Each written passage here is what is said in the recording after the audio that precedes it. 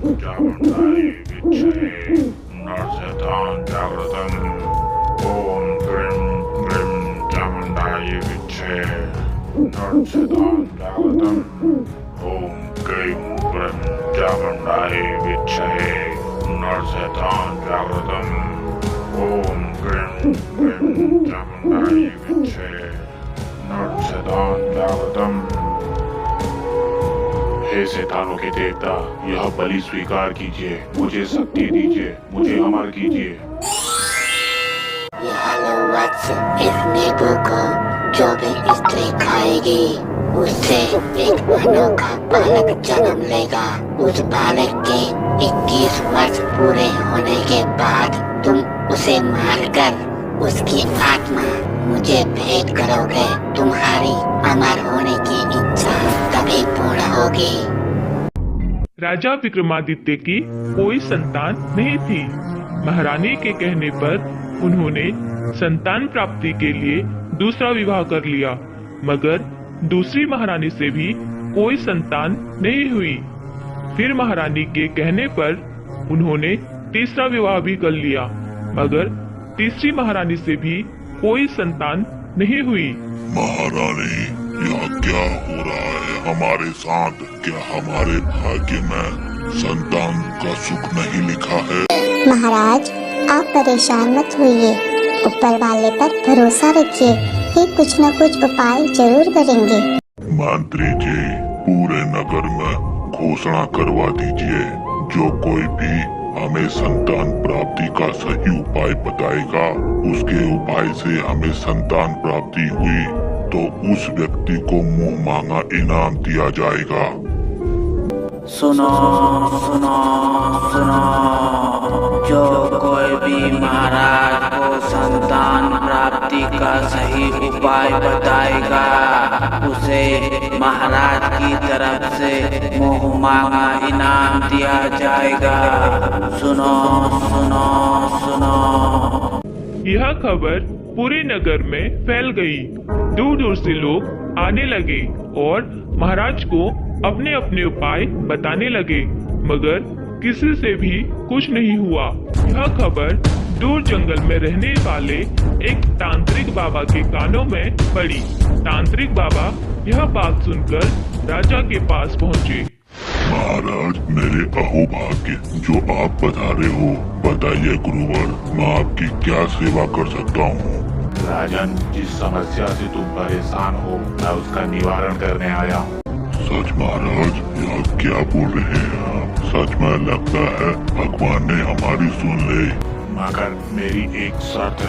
गुरुदेव, मुझे आपकी हर शर्त मंजूर है, बस आप मुझे एक पुत्र दे दीजिए।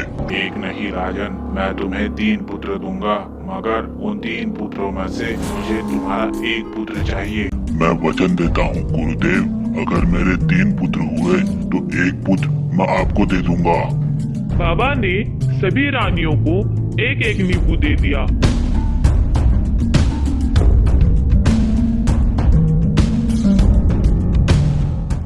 उसके बाद बाबा वहां से चले गए।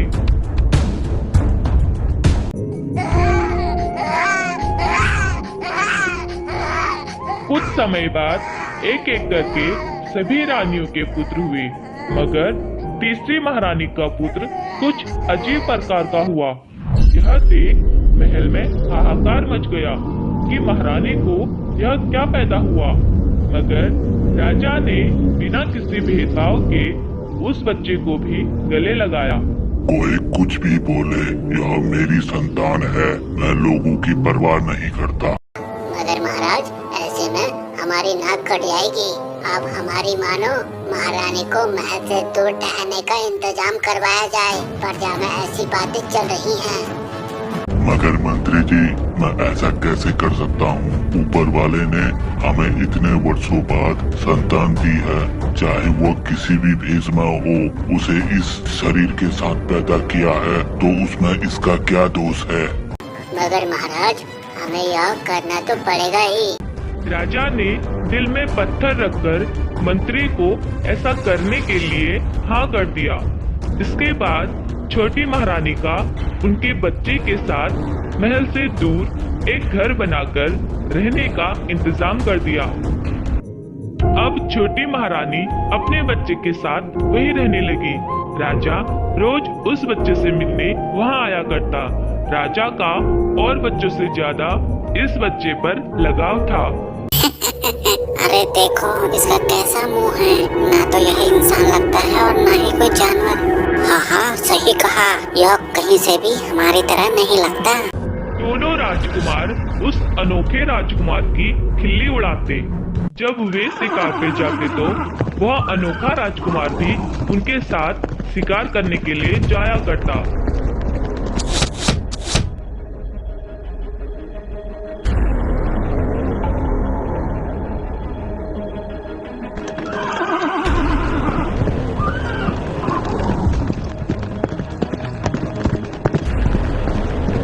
मगर शिकार करने के बाद राजकुमार अच्छा मांस ले लेते थे और अंत में बचा हुआ बेकार मांस उस अनोखे राजकुमार को दे दिया करते।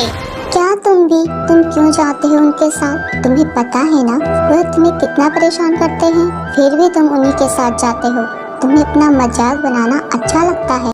माँ वह सब मेरे बड़े भाई हैं, उन्हें हक है मुझे बुरा भला बोलने का, कुछ भी हो मगर वह है तो मेरे भाई ही।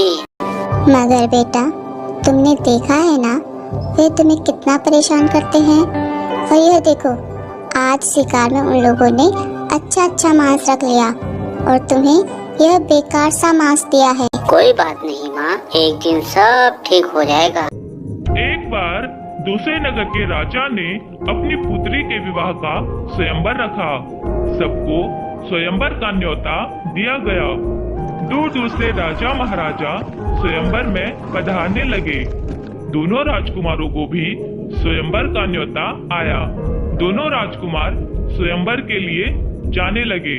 उनके साथ साथ वह अनोखा राजकुमार भी स्वयंवर के लिए जाने लगा। अरे बेटा तुम कहाँ जा रहे हो? तुमसे कोई विवाह नहीं करेगा। क्यों तुम अपना मजाक बनाने वहाँ जा रहे हो? माँ मैंने कभी स्वयंवर नहीं देखा, मैं बस देखने जा रहा हूँ स्वयंवर होता कैसे है। नहीं बेटा तुम्हें महल के अंदर नहीं आने देंगे। तुम मेरी बात मानो, मत जाओ। माँ मैं अंदर नहीं जाऊँगा, मैं बाहर से ही देखूंगा। राजकुमार स्वयंवर में जाने की जिद करने लगा। उसकी जिद के आगे महारानी ने हार मान ली। ठीक है जाओ, वैसे भी तुम मेरी सुनते ही कहाँ हो, हर बार अपने मन की ही करते हो। जाओ मगर ध्यान रखना अंदर मत जाना। हाँ ठीक है माँ, मैं दूर से ही देखूंगा। उन राजकुमारों के साथ अनोखा राजकुमार भी स्वयंवर में चल दिया। सुनो सुनो सुनो, हमारी राजकुमारी की एक शर्त है, वह यह माला घुमाकर फेंकेंगी। जिस राजकुमार के गले में यह माला जाएगी वह उसी से विवाह करेंगी। मंत्री की यह बात सुन सभी खुश हो गए। राजकुमारी ने उस माला को घुमाया और जोर से फेंका।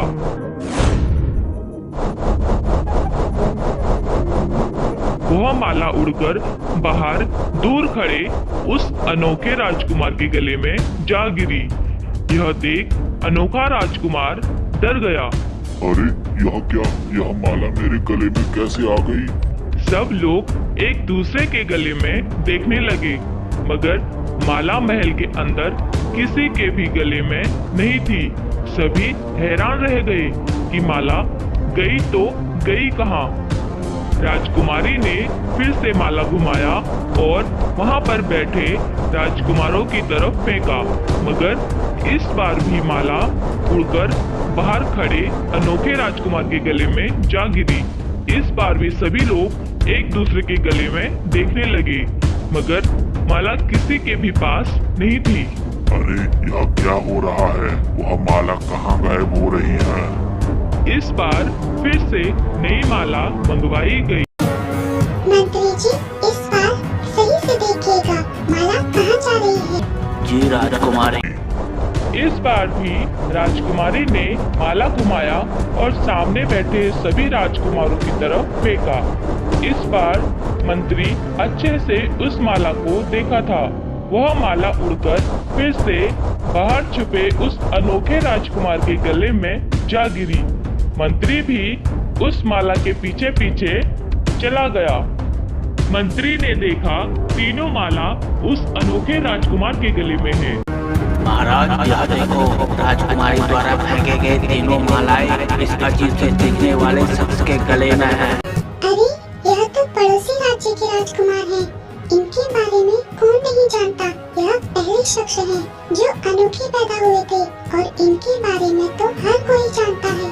अगर मेरी किस्मत में इन्हीं से विवाह लिखा है तो यही सही, मुझे मंजूर है। पुत्री, यह क्या कर रही हो तुम? तुम्हारा विवाह इसके साथ कैसे हो सकता है? पिताजी, ऊपर वाले को भी यही मंजूर है। आप देख रहे हैं ना, मेरे द्वारा फेंकी गई तीनों मालाएं उनके गले में हैं। दरबार में इतने लोग थे, फिर भी तीनों मालाएं इन्हीं के गले में कैसे चली गई? और फिर यह तो दरबार के अंदर भी नहीं थे और न ही मैंने इन्हें देखा था। यह कोई आम बात नहीं है। देख लो पुत्री, जैसा तुम्हें सही लगे। हाँ पिताजी, मैं इन्हीं से विवाह करूंगी। इसके बाद अनोखे राजकुमार से राजकुमारी का विवाह हो जाता है। अनोखा राजकुमार राजकुमारी को लेकर अपने घर आता है।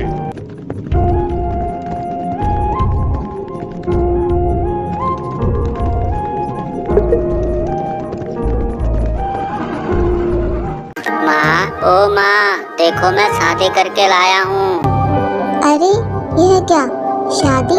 और तूने? हाँ माँ। राजकुमार ने सारी बात महारानी को बताई। मेरी बहू बहुत ही खूबसूरत है।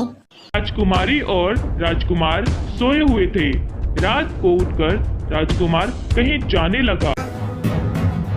इतनी रात में यह कहाँ जा रहे हैं? राजकुमारी भी चुपचाप राजकुमार के पीछे पीछे चल दी।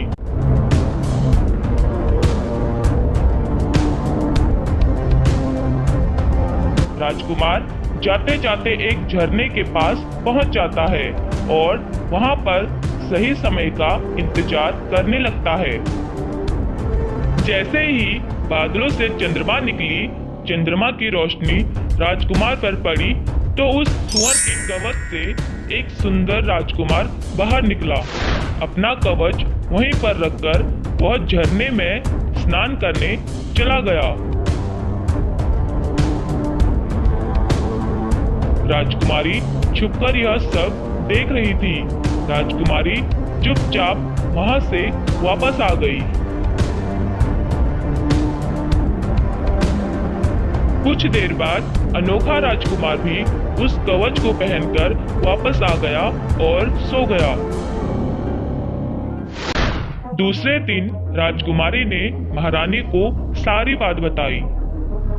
क्या तुम सच बोल रही हो? ऐसा कैसे हो सकता है? यह राज तो मुझे आज तक पता नहीं चला। हाँ माँ, मैं सच बोल रही हूँ। अगर आपको मेरी बात पर यकीन न हो तो आज रात आप खुद देख लेना। मुझे तुम्हारी बात पर यकीन है बहू। माँ, इन्होंने यह कवच क्यों पहन रखा है और अब क्या किया जाए? तुम एक काम करना, आज रात जब वह स्नान करने जाए उस वक्त उस कवच को छुपा देना। ठीक है माँ।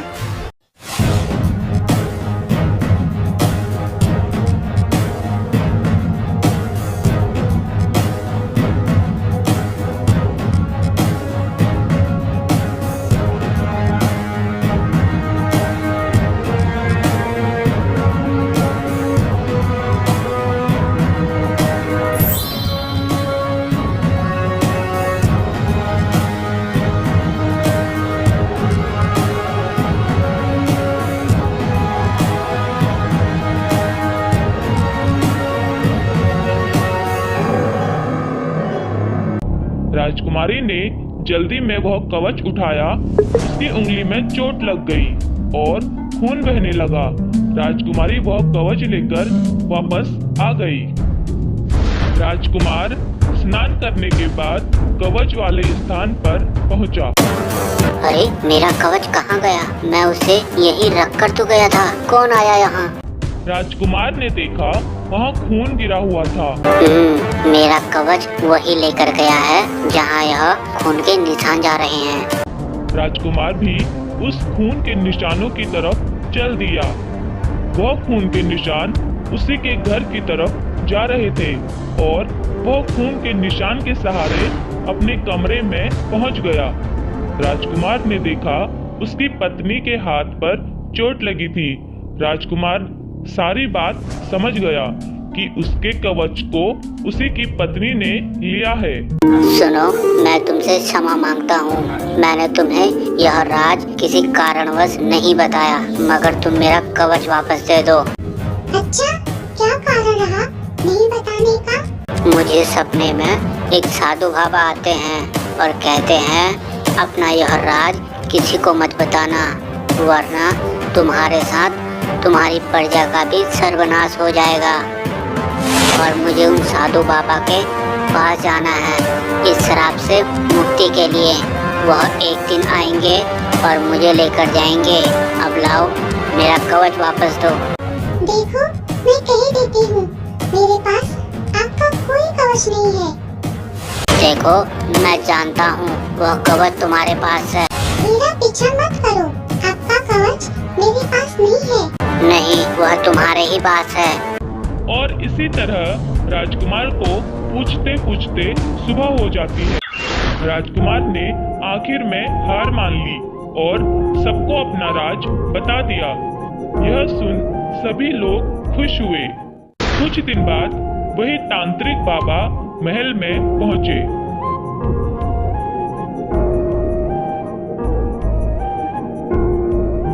आइए गुरुदेव, मैं आपकी क्या सेवा कर सकता हूँ? राजन, तुम्हें अपना वचन याद है ना? मैं वही लेने आया हूँ। हाँ गुरुवर, मुझे भली भांति याद है। आपने मुझसे एक पुत्र की मांग की थी। मुझे आपको एक पुत्र देना है। ठीक है, बुलाओ अपने पुत्रों को। राजा ने अपने दोनों पुत्रों को बुलाया।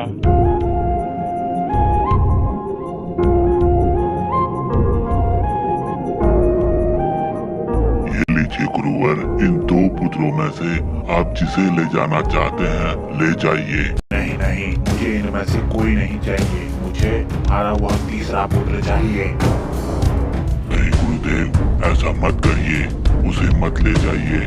उसके बिना मैं जी नहीं पाऊंगा। मुझे बचपन से ही वह अधिक प्रिय है। आप उसे मत ले जाइए। इन दो में से आप जिसे ले जाना चाहते हैं आप ले जाइए। नहीं राजन, मुझे तुम्हारा वही पुत्र चाहिए। गुरुदेव, मैं आपके सामने हाथ जोड़ता हूँ। अच्छा, तू अपना दिया हुआ वचन भूल गया। याद कर, जब तू संतान प्राप्ति के लिए दर दर भटक रहा था। यह मत भूल, यह तीनों पुत्र मेरी वजह से हुए हैं। अगर मैं चाहूँ तीनों को यहीं भस्म कर सकता हूँ। बाबा को गुस्से में देख राजा चुप हो गया और उदास होकर अपने उस पुत्र को बुलाया।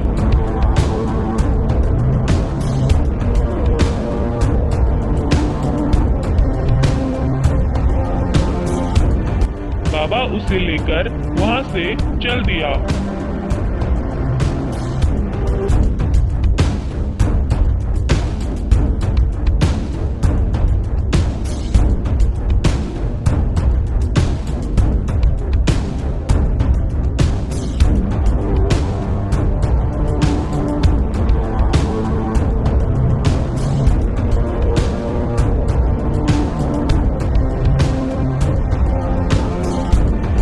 बाबा राजकुमार को लेकर अपने स्थान पर पहुंचा।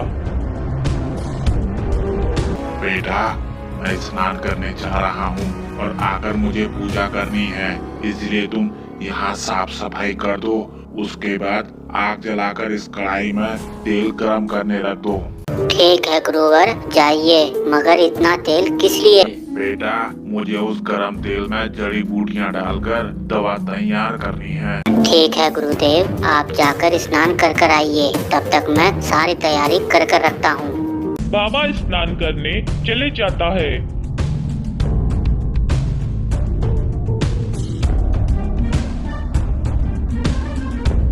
राजकुमार वहां पर साफ सफाई करने लगता है और उसने आग जलाई और बड़े कढ़ाई में तेल गरम करने रख दिया। लगता है गुरुदेव ने यहाँ कई सालों तक सफाई ही नहीं की, तभी इतना गंदा हुआ है। चलो कोई बात नहीं, मैं कर देता हूँ। अब मैं आ गया हूँ ना, सब साफ कर दूंगा और गुरुदेव की अच्छे से सेवा करूंगा। राजकुमार ने जैसे ही वह दरवाजा खोला, वहाँ बहुत सारी हड्डियों के कंकाल लटके हुए थे, जो राजकुमार को देखकर हंसने लगे। अरे भाई, क्या हुआ? तुम लोग मुझे देखकर हंस क्यों रहे हो? अब तो मैं पहले जैसा भी नहीं हूँ, फिर भी तुम लोग मुझे देखकर हंस रहे हो। हाँ, क्योंकि थोड़ी देर बाद तुम भी हमारी तरह यहाँ लटकोगे। यह क्या बोल रहे हो तुम? मैं यहाँ क्यों लटकने लगा भला? यह बाबा नहीं, बाबा के भेष में शैतान है। यह सभी को लेकर यहाँ आता है और उसे गरम तेल के कढ़ाई में धक्का देकर मार देता है और शरीर से आत्मा निकालकर अपने शैतानी मालिक को भेंट करता है, जिससे उसकी शक्तियाँ बढ़ जाती हैं। हमारे साथ भी ऐसा ही किया। अभी वह स्नान करने गया है, उसके बाद तुम्हें वह बोलेगा इस कढ़ाई में देखने के लिए। जैसे ही तुम कढ़ाई में देखोगे, वह तुम्हें पीछे से धक्का देकर उस कढ़ाई में डाल देगा। क्या तुम सच बोल रहे हो? हम यहाँ जितने भी दिख रहे हैं, सबका यही हाल हुआ है। अगर ऐसा है, आज मैं उस शैतानी बाबा को अच्छे से सबक सिखाऊंगा। फिर राजकुमार दरवाजा बंद करके बाहर आ गया। कुछ देर बाद बाबा वापस आया। ने वहाँ पर आग जलाई और कुछ मंत्र बोलने लगा। ओम क्लीं क्लीं चामुंडाय विद्महे नरशैतान जागृतम्। ओम क्लीं क्लीं चामुंडाय विद्महे नरशैतान जागृतम्। ओम क्लीं क्लीं चामुंडाय विद्महे नरशैतान जागृतम्। ओम क्लीं क्लीं चामुंडाय विद्महे नरशैतान जागृतम्। बेटा, उस गरम तेल की कढ़ाई में अपने आप को देखो। ठीक है गुरुदेव। राजकुमार दूर से ही उस कढ़ाई में देखने लगा। अरे बेटा, पास जाकर थोड़ा सर नीचे करके अच्छे से देखो। राजकुमार फिर खड़े होकर देखने लगा। नहीं बेटा, अच्छे से नीचे झुक कर देखो। मुझे नहीं आ रहा है गुरुदेव, आप ही आकर बताइए किस तरह से देखना है। ठीक है, इधर हटो, मैं बताता हूँ। जैसे ही राजकुमार को बताने बाबा झुककर कढ़ाई में देखने लगा, वैसे ही राजकुमार ने पीछे से बाबा को धक्का दिया और बाबा गरम तेल की कढ़ाई में जा गिरा। अरे अरे अरे अरे, क्या कर दिया तूने? निकाल मुझे बाहर, निकाल, मैं मर गया, मुझे बाहर निकाल।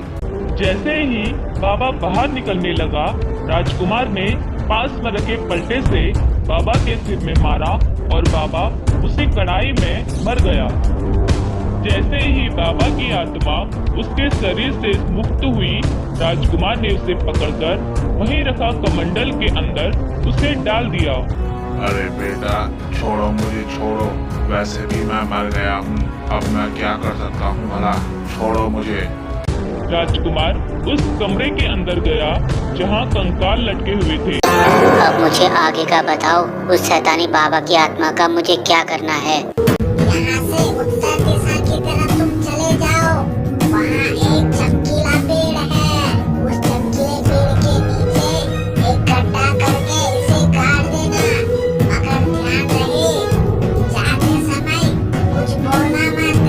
शैतानी बाबा की आत्मा तुम्हारी आवाज सुनते ही आजाद हो जाएगी।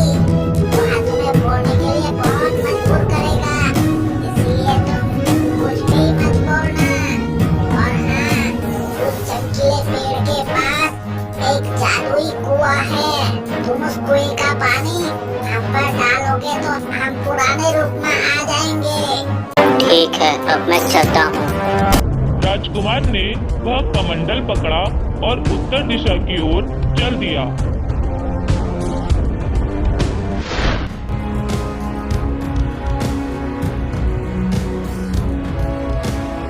सुनो राजकुमार, तुम्हें अपने घर की और अपनी माँ की याद नहीं आती? राजकुमार चुपचाप चलते रहा।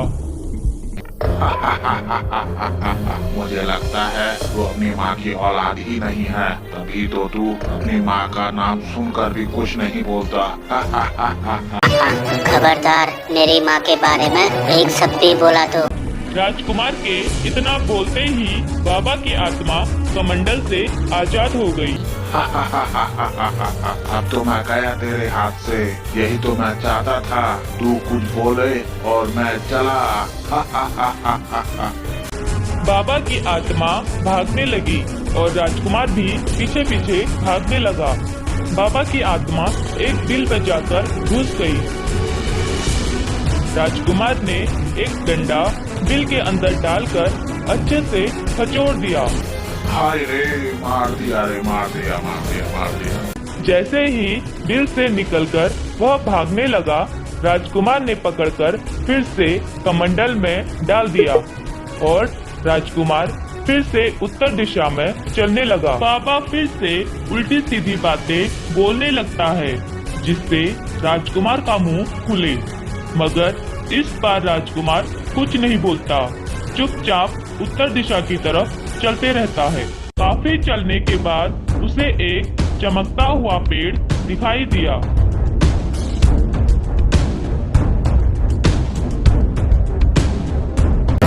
अच्छा, तो यह है वह पेड़ और वह रहा उसी के सामने वह कुआं भी। राजकुमार ने एक गड्ढा कर उस पेड़ के नीचे बाबा की आत्मा को गाड़ दिया और कुएं से पानी लेकर वापस आ गया।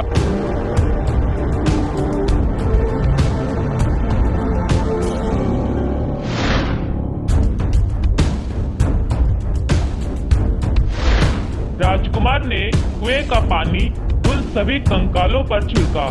पानी छिड़कते ही सभी कंकाल वापस अपने पुराने रूप में आ गए।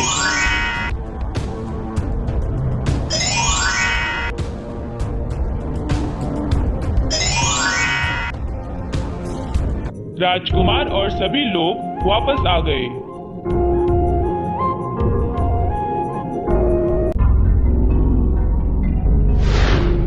पिताजी, राजकुमार को देख राजा आश्चर्यचकित हुआ।